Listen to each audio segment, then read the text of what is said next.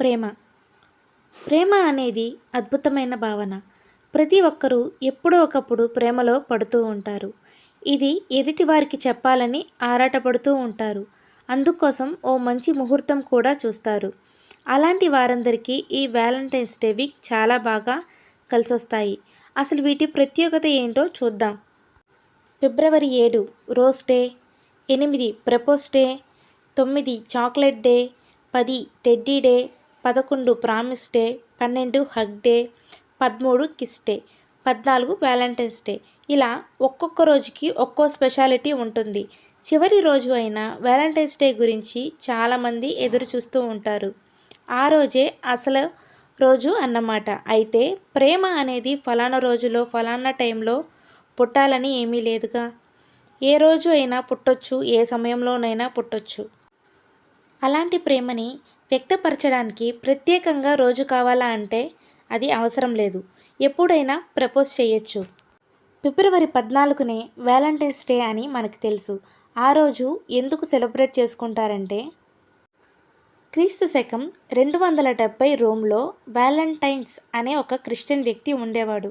అతనికి ప్రేమ అంటే చాలా ఇష్టం. ఎలాంటి వ్యక్తులైనా ప్రేమ వెంటుంటే జీవితం గడిచిపోతుంది అనుకునేవాడు.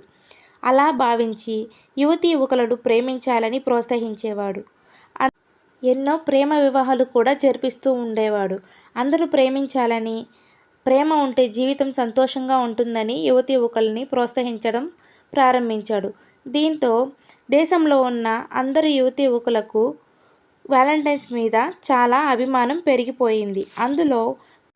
అందులో ప్లాటియస్ కూతురు కూడా ఉంది.